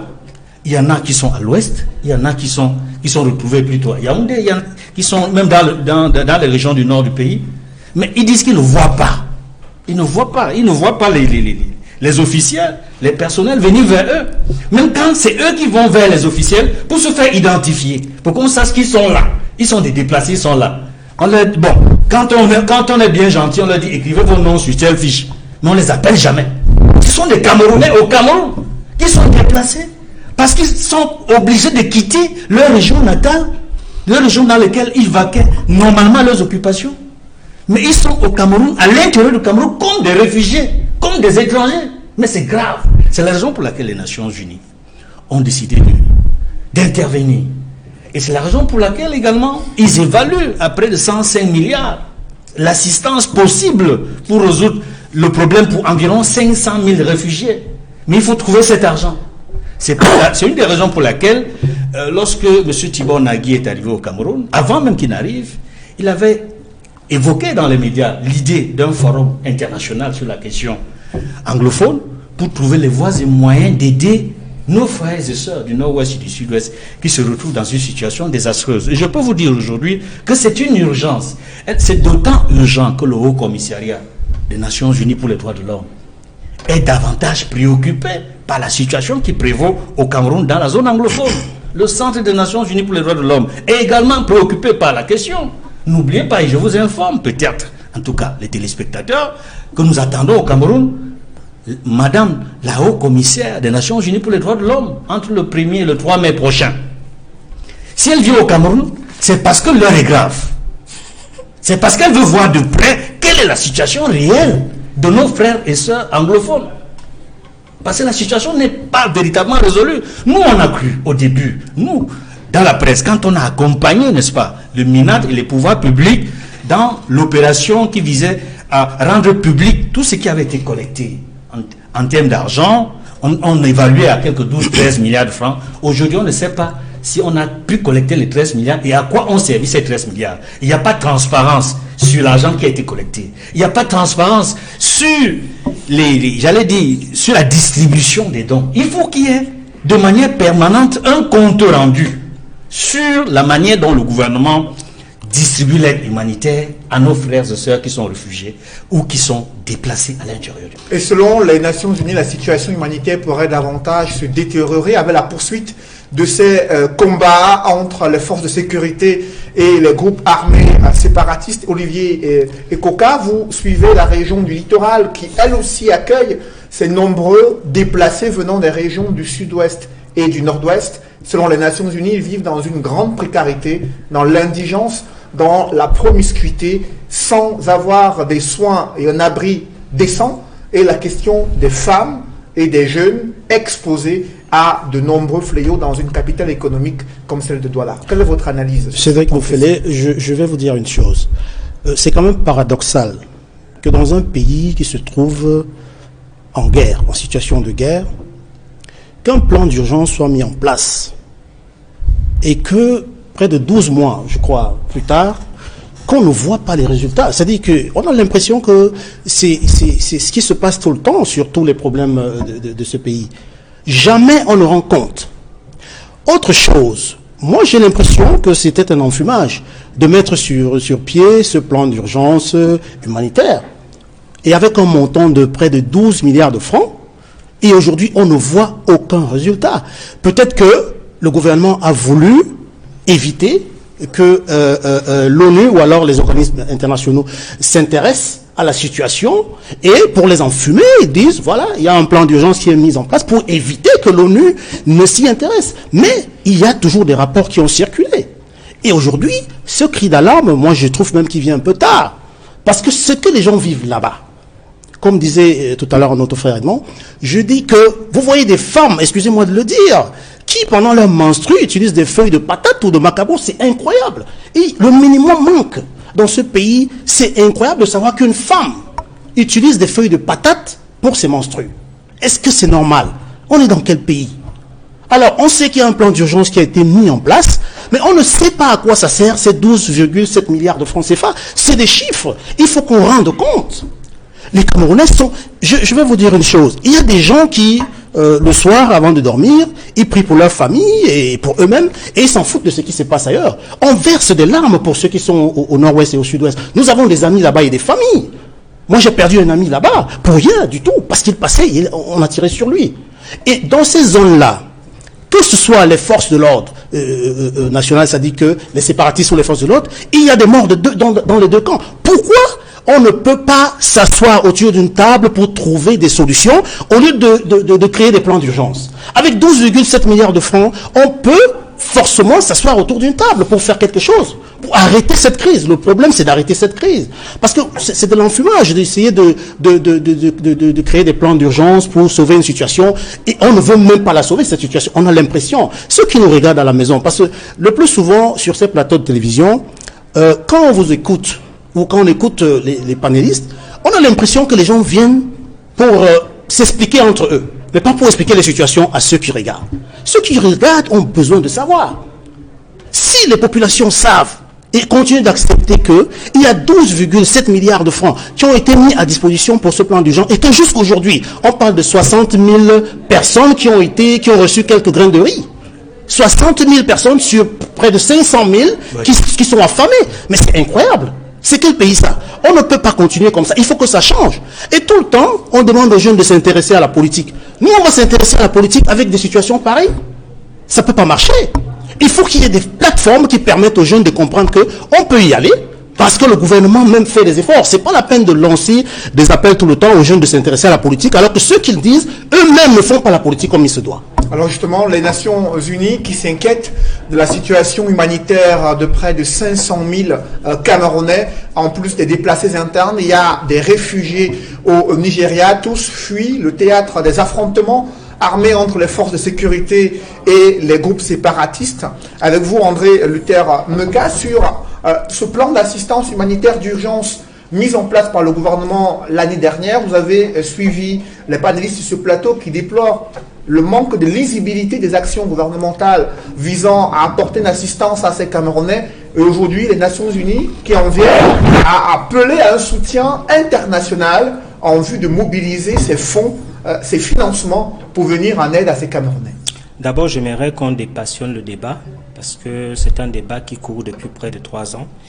Je vais vous donner les chiffres de mai 2018 par rapport à cette situation. On parlait de 20 000 Camerounais demandeurs d'asile au Nigeria. On parlait de 165 000, le nombre de déplacés internes. Et les attaques contre les forces de l'ordre ont été incroyables. on a parlé de 123 attaques contre les forces de l'ordre qui ont entraîné la mort de 84 soldats, 32 militaires, 42 gendarmes, 2 gardiens de prison et un éco-garde. C'était exceptionnel et il fallait que le chef de l'État réagisse. Et le chef de l'État a réagi par le plan humanitaire de 12 milliards 700. Et dans ce plan humanitaire, comme vous avez pu le constater, j'ai pu voir beaucoup de communiqués du gouverneur du Sud-Ouest, au Kalabilay, qui demandait aux Camerounais de se manifester pour, n'est-ce pas, accéder à cette assistance. Et j'avais vu des cargaisons de matelas, des tôles, et on repérait les sites pour pouvoir construire des... Aujourd'hui, je suis d'abord dépassé par l'inflation des chiffres. Parce que quand je vous donne des chiffres, je constate effectivement que les chiffres... Vous parlez des chiffres mai 2018. On quadruplé. Qui sont les chiffres? On quadruplé pratiquement. C'est une inflation, une surenchère incroyable. Situez-nous la source de vos chiffres. Mais les Nations Unies, les Nations Unies, j'ai pris ça dans ça, c'est le dernier pointage de mars 2018. Le dernier pointage de mars 2019, c'est l'état d'environ 500 000 Camerounais déplacés internes et réfugiés. C'est ce que je dis. C'est ce que je dis, que je suis surpris de ces chiffres parce qu'il y a inflation. Il y a inflation des chiffres. C'est une émeute des chiffres dont je ne comprends pas où sortent ces Camerounais alors que les villes du nord-ouest, sud-ouest sont pratiquement peuplées. C'est de la surenchère politique. C'est de la surenchère politique. Encore qu'il faudrait, en tant que scientifique, qu'on nous dise sur quel décompte, quelle est la méthodologie des décomptes qui arrivent à ces chiffres-là. Donc, je soupçonne ces chiffres pour faire de la surenchère politique. Et ce que je suis en train de dire, c'est que je soupçonne également certains panélistes ici de faire preuve de mauvaise foi. Parce que ce que je dis, c'est que il y a eu des alertes, il y a eu des communiqués du ministre de l'administration territoriale, des communiqués du gouverneur du Sud-Ouest pour appeler les déplacés internes de venir, n'est-ce pas, accéder à ces dons. J'ai vu des camions de cargaison, de matelas, de sacs de riz. André Luther Meka, vous parlez de surenchère politique. Est-ce que les Nations Unies qui présentent ces chiffres et qui appellent la communauté internationale à se mobiliser pour apporter cette contribution financière, qui fait la surenchère politique dans ce cas-là? Ce sont les hommes politiques qui font la surenchère politique. Et vous le savez très bien, c'est un secret de polichinelle. Monsieur Lapalisse n'aurait pas dit mieux. Ces chiffres-là sont donnés par les ONG qui sont connectés à ces instances-là. Ces ONG-là qui ne veulent pas se démontrer, ils ne veulent pas se dévoiler dans l'opposition et qui envoient ces chiffres-là. Parce que je me demande comment des chiffres de mai 18 à aujourd'hui, en 2019, ont quadruplé. Moi, je crois que c'est une surenchère. Bon, ce que moi, je m'aimerais dire, c'est que moi, je démontre ici la bonne volonté de l'État qui a d'abord initié le plan d'urgence et je démontre aussi la bonne volonté des Camerounais qui ont fait une solidarité nationale, qui ont cotisé, qui ont mis de l'argent à la disposition, n'est-ce pas, de ce fonds pour pouvoir apporter de l'aide à nos frères du sud et du nord-ouest. Je démontre également la bonne volonté du gouvernement où j'ai vu passer à revue le ministre de l'administration territoriale, le gouverneur du sud, les bandes existent encore à la CRTV où on appelait ces déplacés internes de pouvoir se signaler pour qu'ils puissent accéder à ces dons. Et j'ai même remarqué que dans certains endroits, ces dons ont été brûlés et c'était montré dans une télé. Je ne voudrais pas dire la télé ici, mais suivez mon regard. C'était démontré dans une télé où les gens disaient manifestement qu'ils ne veulent pas ces dons, qu'ils ne sont pas des mendiants. Eux, ils veulent, n'est-ce pas, la sécession. Moi, j'avais vu ça. Donc, lorsqu'aujourd'hui, on vient faire une sorte de pression pour dire que on n'a jamais rien fait et puis les fonds sont insuffisants, c'est fait preuve de mauvaise foi. Ce qui a été donné, les communiqués qui ont été faits, est-ce qu'ils ont suivi l'appel? Est-ce qu'ils veulent véritablement qu'il y ait une paix dans cette région? C'est la question que moi je me pose. Vous parlez d'une bonne volonté de la part du gouvernement qui s'est mobilisé, selon André Luther Meka, afin d'apporter une assistance humanitaire à ces populations déplacées internes dans les régions anglophones et dans le reste du pays. Jean-Robert Wafo, est-ce que vous partagez son point de vue sur cette mobilisation, cette volonté politique du gouvernement d'aider ces Camerounais en difficulté aujourd'hui? Monsieur Meka est en pleine illusion. Et je ne comprends pas. Monsieur Meka se comporte comme ces passagers du Titanic qui étaient jouissifs pendant que l'orchestre philharmonique jouait. Jouissif jusqu'à la dernière seconde de la dernière minute. Monsieur Meka. Monsieur Sédine Noufele, il vous souvient, le 1er octobre, Monsieur Edmond Kamgia, qui est le consultant permanent, peut témoigner. les premiers matchs du 1er octobre 2016, j'étais assis sur ce plateau. J'étais assis là où M. Meka était. Elle là maintenant. J'avais fait état de ce que s'il n'y a pas un dialogue politique national inclusif, n'est-ce pas, sur cette crise, alors la déflagration sera insoutenable. Je l'avais dit, que ça ne coûtait rien qu'on organise ce dialogue, et ça ne nous a pas coûté ce que c'est en fait tant de morts et tant d'argent. Parce que l'argent, on peut encore le récupérer. Mais ces morts-là, mais M. Meka, combien faut-il de morts pour qu'enfin on s'asseye autour d'une table? Parce que la situation aujourd'hui, elle n'est plus seulement préoccupante, elle est totalement inquiétante, hallucinante. Mais ça s'est suivi André Lutemeka qui estime qu'il y a de la surenchère politique de la part de l'opposition concernant la situation actuelle dans ces régions. Qu'est-ce qu'il entend par surenchère politique? La surenchère politique est plutôt, n'est-ce pas, du côté de sa famille politique qui doit assumer ce passif. Ah oui. Parce qu'aujourd'hui, on nous fait comprendre que la crise anglophone coûte environ, ainsi que la crise sécuritaire dans la région de l'extrême nord coûte environ 60 milliards de francs CFA par mois à l'État du Cameroun. C'est ce qu'on nous fait comprendre. Je ne sais pas comment ils ont pu mesurer ça, mais on nous a fait comprendre cela. Bon, la question que je me pose, c'est de savoir qu'est-ce qu'on faisait avant avec ces 60 milliards de francs CFA. Qu'est-ce qu'on faisait avant avec cet argent? Et cet argent subitement surgit, et puis on nous dit qu'on dépense 60 milliards de francs CFA. Allez donc savoir si cet argent est effectivement dépensé. Pour dire quoi? Est-ce que cette crise ne sert pas de subterfuge à certaines mafias pour s'en mettre plein les poches? Oui, je peux croire en cela. Parce qu'il n'y a aucune volonté aujourd'hui de vouloir en sorte qu'il y ait un débat politique sur cette crise. Parce que voyez-vous, c'est très grave ce qui se passe. Monsieur Moufele, c'est très grave. Ces chiffres-là que vous avez brandis, je peux même les revoir à la hausse parce que le sentiment n'a pas encore été fait. Quand je prends seulement Douala deuxième, quand je regarde dans ma circonscription où je suis élu, quand je vois de nouveaux visages, est-ce qu'on les a recensés? Quand je vois ces gens qui ont tout abandonné chez eux, qui vivent un drame insoutenable, qui ne peuvent même plus envoyer leurs enfants à l'école, qui ne peuvent même plus vivre, parce que là-bas, qui sont en pleine survie. Déjà là-bas, quand ils y étaient, 40% parmi eux, d'entre eux, vivaient avec moins de 500 francs CFA par jour. Aujourd'hui, maintenant qu'ils se sont déplacés, qu'en est-il de leurs activités économiques? J'ai encore en mémoire l'image d'une vieille maman, M. Meka, en train de creuser la tombe de son fils, qui est décédé. C'est dans les réseaux sociaux. Vous vous rendez compte? Elle se retrouve seule dans son village, le corps à côté. Elle est en train de creuser la tombe. Est-ce que c'est normal? Pourquoi ne pas organiser un débat politique national? Où est-ce qu'on va dans ce pays? Monsieur Meka, vous porterez les stigmates longtemps de ce qui est en train de se passer. Mais le gouvernement estime que le dialogue est déjà en marche. Quel dialogue est en marche? Vous ne me faites pas peur. Mais écoutez, quel dialogue est en marche? Quand je dis vous, je dis vous. Vous ne me faites pas peur. Je dis votre famille politique ainsi que ceux que vous soutenez, monsieur. Mais écoutez, on parle des morts. Oui, mais il y a aussi la mort de Grégoire Diboullé.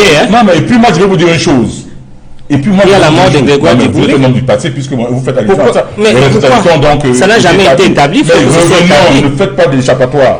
Ne faites pas dans la diversion, pas de la crise anglophone. Et ce que je vais dire, c'est quoi? C'est que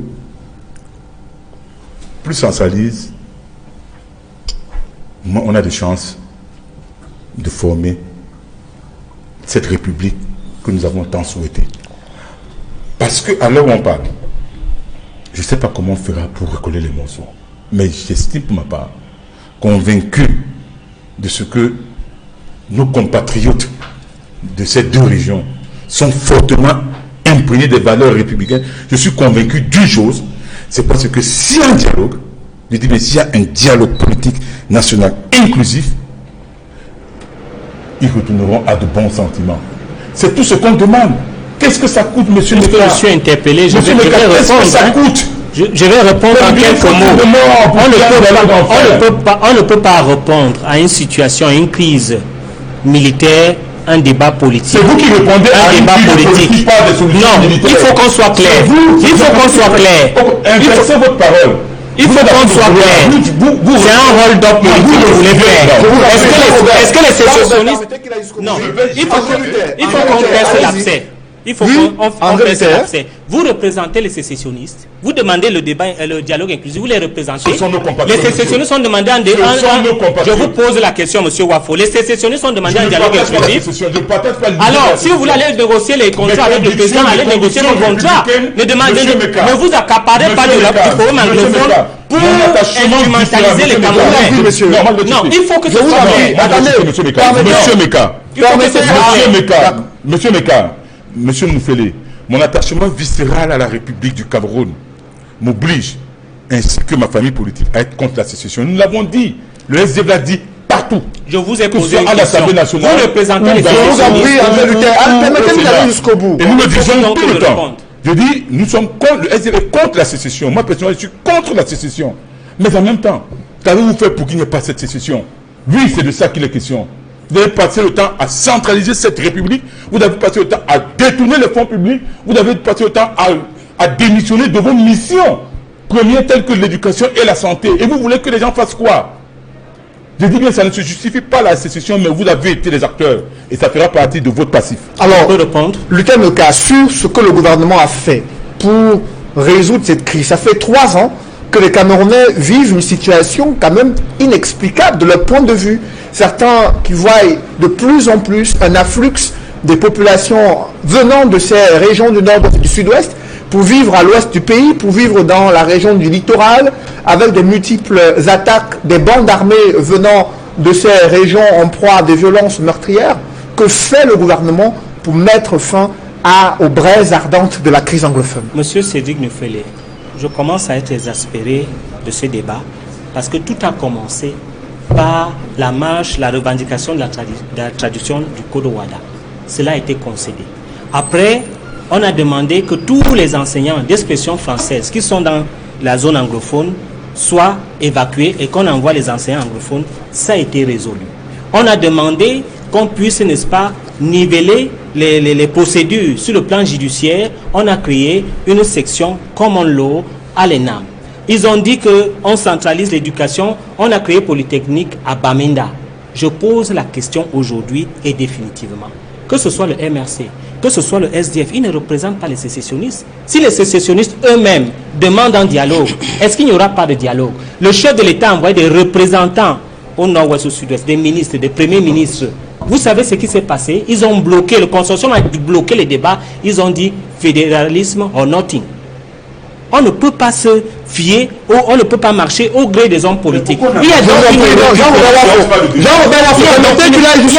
une récupération des partis politiques qui va aller discuter leur marché avec le pouvoir, c'est leur problème. Mais il faut que l'entité sécessionniste demande un dialogue. Et à ce moment, on viendra en discuter. Quel est le contenu du dialogue? Quelle est cette affaire où il condamne les sécessionnistes? Le MRC condamne, encore que le MRC, on ne sait pas s'il condamne, mais il demande un dialogue inclusif. Le dialogue inclusif sera avec les partis politiques ou bien avec les sécessionnistes. C'est quoi cette affaire? Justement, messieurs, je vous en prie. Mais vous parlez, messieurs, vous parlez de la zone anglophone. André Luther et Jean-Robert Wafo, messieurs les politiques, je vous en prie, la situation humanitaire, quant à elle, elle est en train de se dégrader. On a sur ce plateau d'autres leaders d'opinion, d'autres analystes politiques qui n'ont pas forcément une coloration dans un parti politique. Avec vous, Barthélémy, comme Tchouenté, sur la situation dans ces régions du nord-ouest et du sud-ouest. Vous avez suivi à la fois le SDF sur ce plateau et le RDPC qui mutuellement s'accusent de la dégradation de la situation.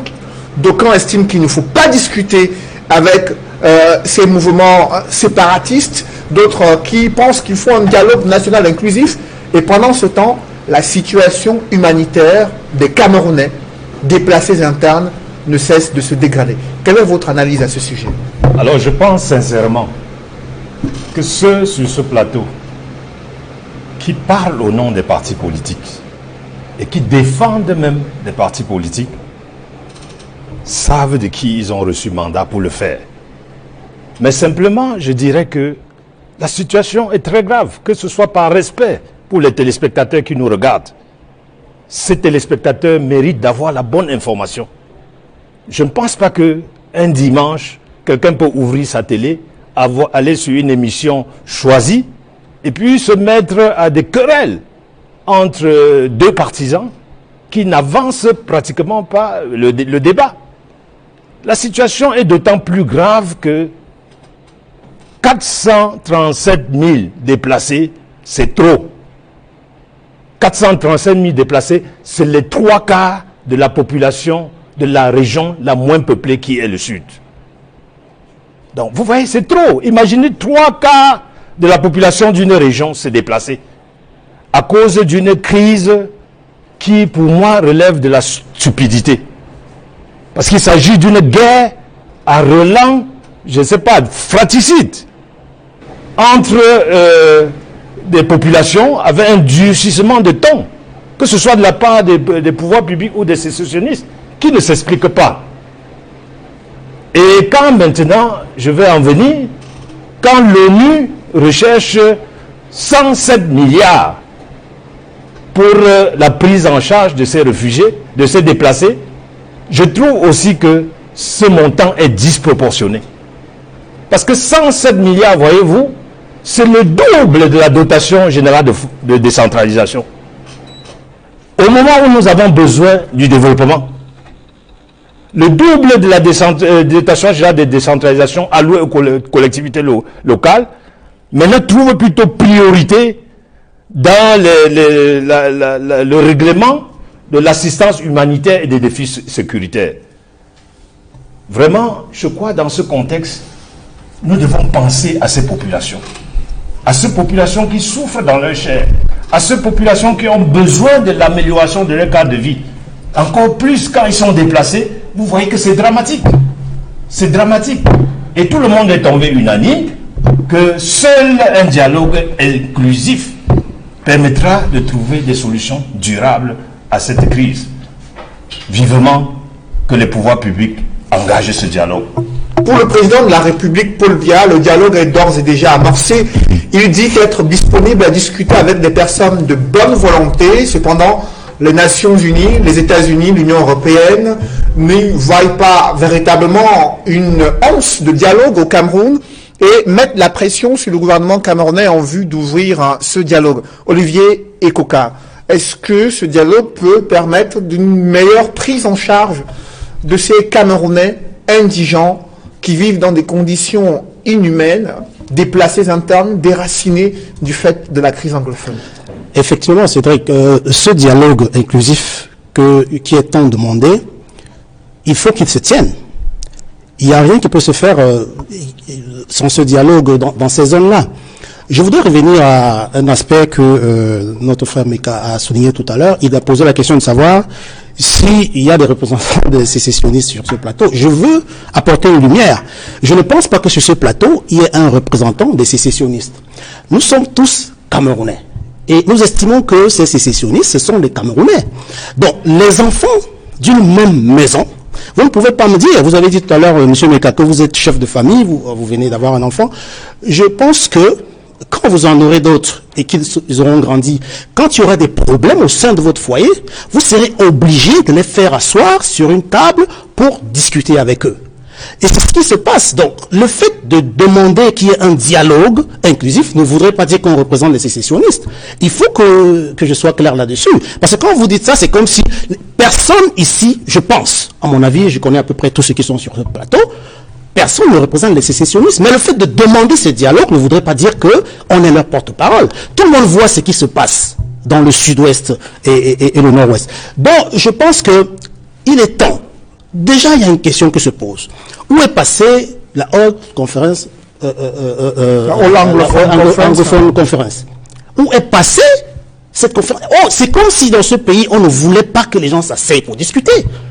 Est-ce que ceux-là, ce sont les sécessionnistes? Ou alors, les gens veulent que quelque chose prenne une autre forme et que ça avance, mais je ne sais pas comment ça se produit pour que, à un moment, nous avons tous été contents que le cardinal Christian Toumi devait conduire une mission, et après on se rend compte que ça ne sert plus. C'est-à-dire que, excusez-moi de parler, que ce soit de la canne, dans ce pays, tout ce qu'on met en route ne se tient pas. Et ça, c'est très grave. On ne peut pas être tout le temps à se demander où sont passés ci ou ça. Il faut bien qu'on évolue. Et dans ces zones, tout à l'heure, quand on parlait du budget simplement, et je dois revenir là-dessus, de ces 12,7 milliards qui ne servent à rien.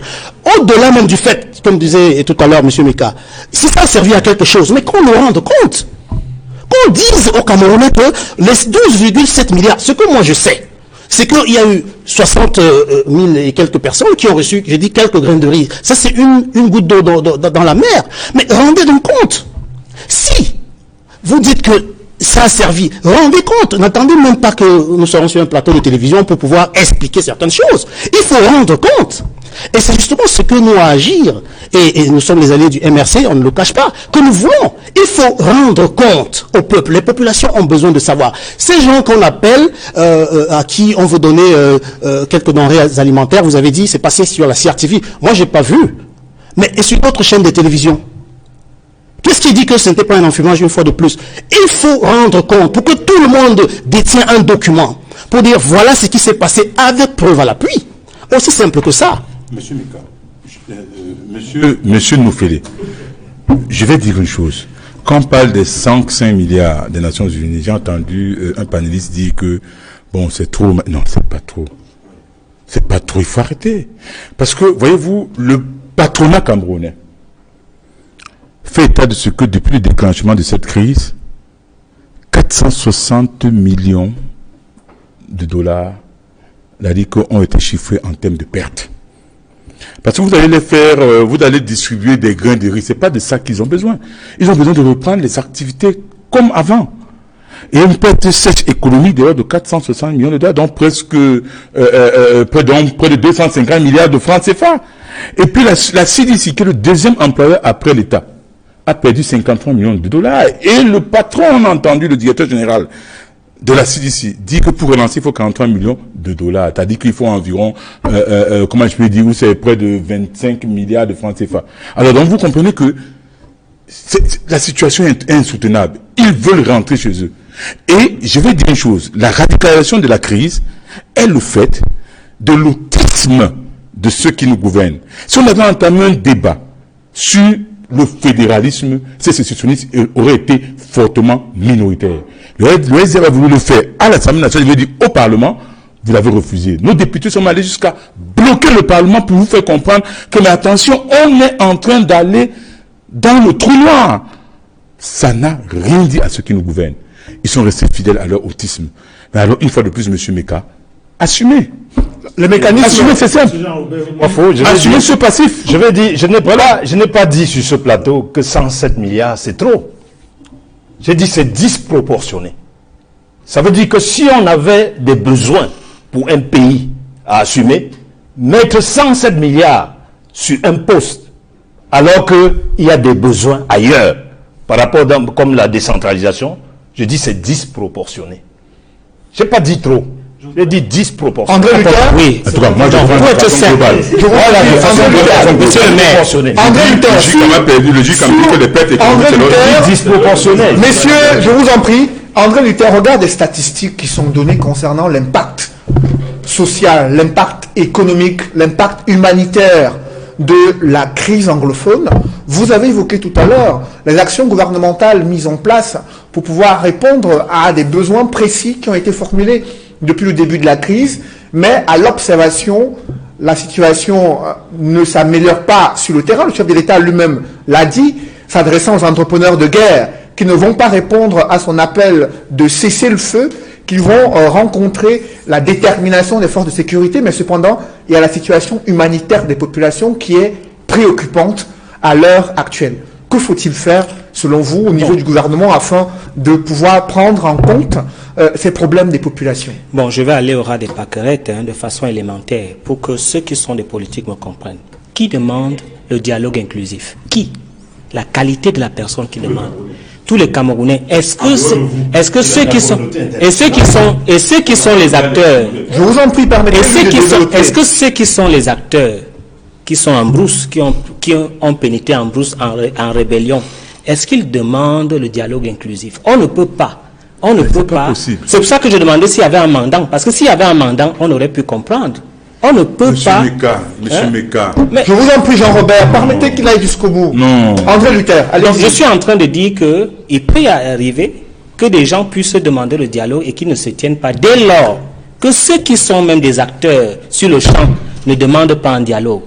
Et il faut donc que je sache si les partis politiques de l'opposition ont été mandatés pour le dialogue inclusif. Il faudrait que cela se sache. Maintenant, donc, le véritable problème... Je vous en prie, allez-y, André Luther. Jean-Robert, cessez d'avoir un raisonnement au ras du ballon. Au ras du ballon, pourquoi? Si vous représentez les sécessionneurs, dites-le. Restez-le temps de parole accordé à André Luther. André Luther, allez-y. Vous, c'est quoi? Je répète, qui demande le dialogue inclusif? Tout le Cameroun, sauf vous. Celui qui demande le dialogue inclusif sont des politiques. Pourquoi ce sont des politiques? Parce qu'effectivement, ils veulent participer à la table des concessions politiques. Ce n'est pas les acteurs qui sont sur le terrain sécessionnistes. Est-ce que vous ignorez l'initiative du cardinal Toumi qui n'est pas politique et qui voulait faire une rencontre entre les populations de ces régions? Il y a des cadres sur lesquels le président a focalisé le dialogue. Il y a le comité de démobilisation, de désarmement et de réinsertion. Est-ce que c'est pour le dialogue? Est-ce que c'est pour dialoguer que ce comité a été mis en place? Bien sûr, parce que effectivement, lorsque vous abandonnez les armes sur le terrain, vous êtes réinséré sur le plan social. Et je pense aussi qu'il y a le comité de multibilinguisme et multiculturalisme qui existe. Monsieur, mais un autre cadre politique ne sera qu'un champ politique de l'opposition. Pour avoir des concessions politiques, il faut que les acteurs même qui sont sur le terrain demandent ce dialogue. Et là, ce dialogue sera considéré. Et le président de la République, au lieu que les gens puissent s'arroger, faire un hold-up politique pour aller se mettre en exemple.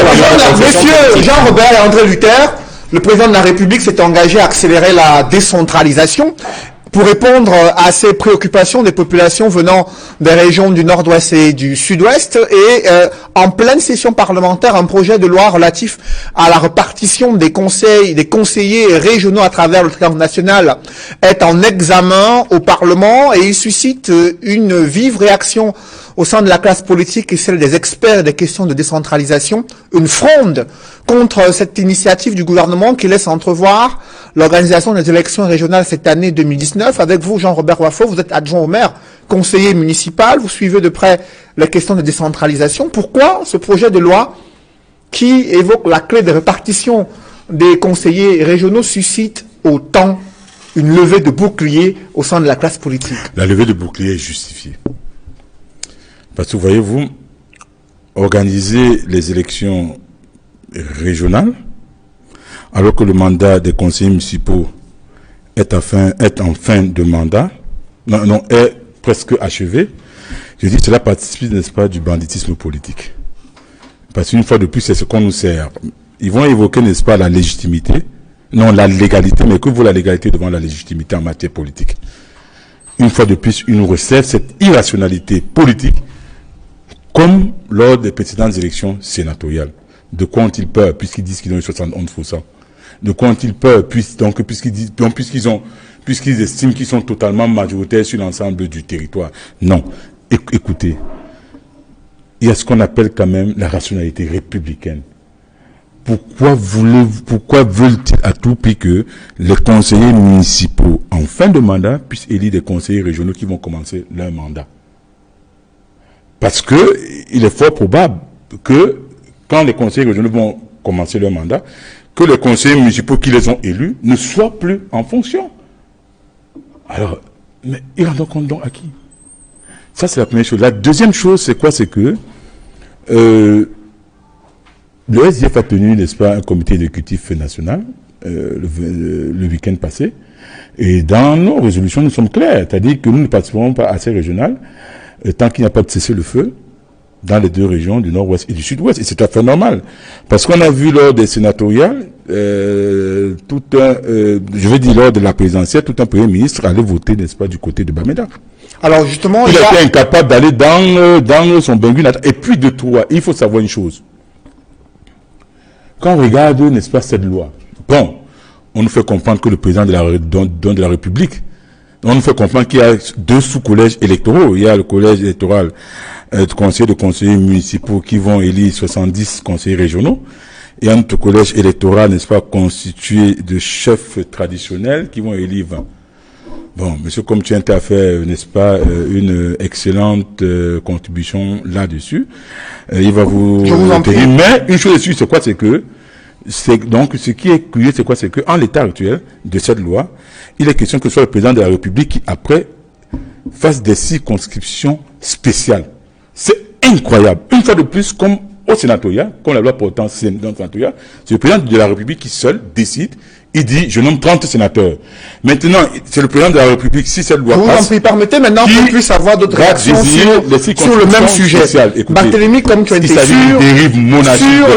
les zones d'ombre concernant ce projet de loi qui est en examen à l'Assemblée nationale, qui évoque la clé de répartition des conseillers régionaux, leurs indemnités. Quelles sont les zones d'ombre que vous avez pu identifier? Alors d'emblée, je dirais que la répartition égalitaire des conseillers régionaux par région ne tient pas la route. Et pourquoi? Et je dirais même qu'il s'agit d'une insulte à l'intelligence des Camerounais. Et je veux dire pourquoi. Les collectivités territoriales décentralisées sont caractérisées par deux éléments: la superficie et la population. Donc vous voyez que si vous prenez d'une région à une autre, la population est disparate et même la superficie est disparate. J'ai fait une analyse profonde de ce projet de loi et je me rends compte que la région du centre, qui est la plus peuplée, avec 3 500 000 habitants et un taux démographique de 18,2%, a le même nombre de conseillers régionaux, soit 90, que la région du sud, la moins peuplée, avec 625 000 habitants et un taux démographique de 3,6%. C'est inadmissible. Je crois que la clé de répartition des conseillers régionaux doit tenir compte du taux démographique et aux besoins, si on veut, du poids démographique. Et au besoin, si on veut maintenant faire une pondération, ce sera en fonction de la densité.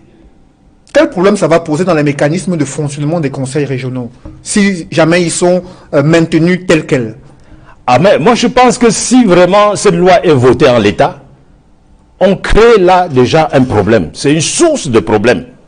Parce que imaginez-vous, quels sont les ressortissants du centre qui vont accepter avoir 90 conseillers?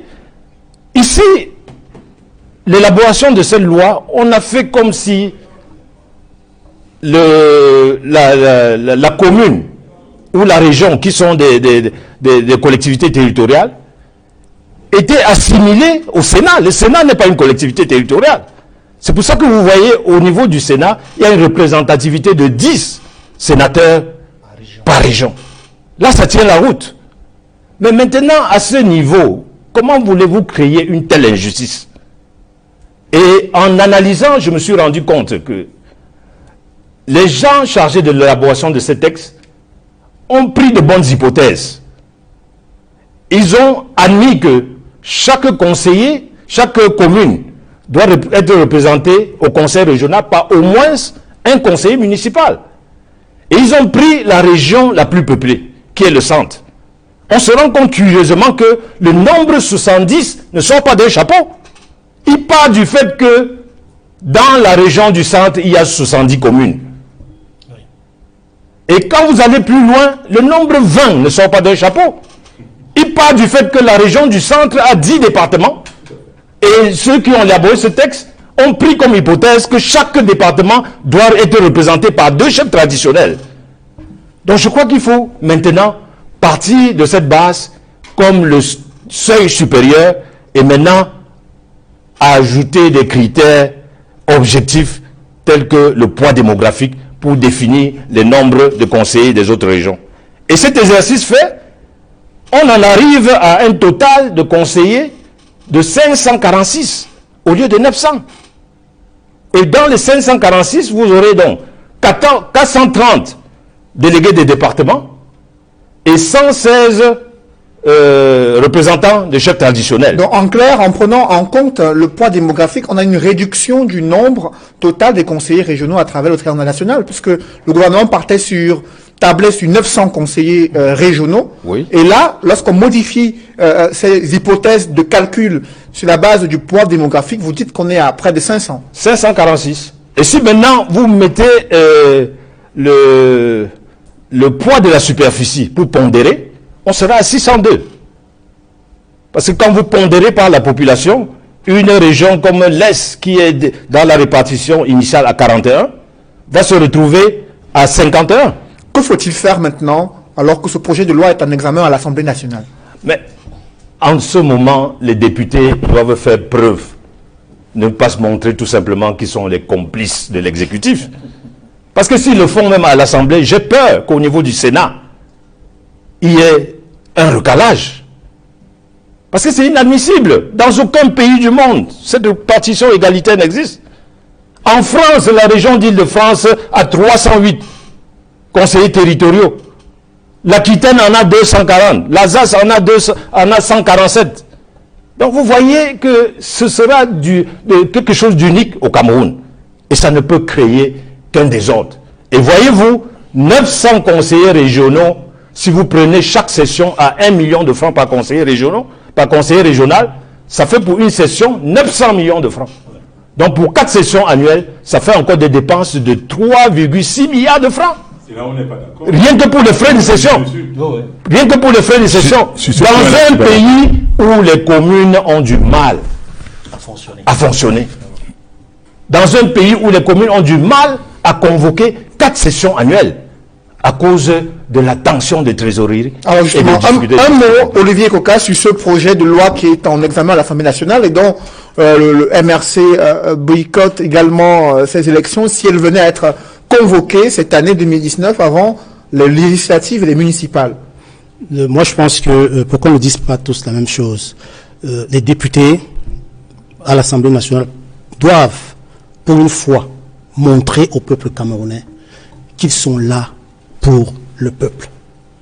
On ne peut pas continuer à naviguer avec des députés qui donnent l'impression de travailler pour que le peuple puisse bénéficier de certains avantages, mais au moment où il faut aller sur des lois qui vont servir le peuple, il se dit que c'est à ce moment qu'on sent qu'ils ne sont plus avec le peuple. Justement, donc, André Luther, un mot sur ce projet de loi qui est de plus en plus critiqué. Vous avez suivi les observations faites par l'expert en question de décentralisation qui évoque l'implication, les conséquences négatives si cette clé de répartition qui est égale selon les différentes régions du Cameroun est maintenue.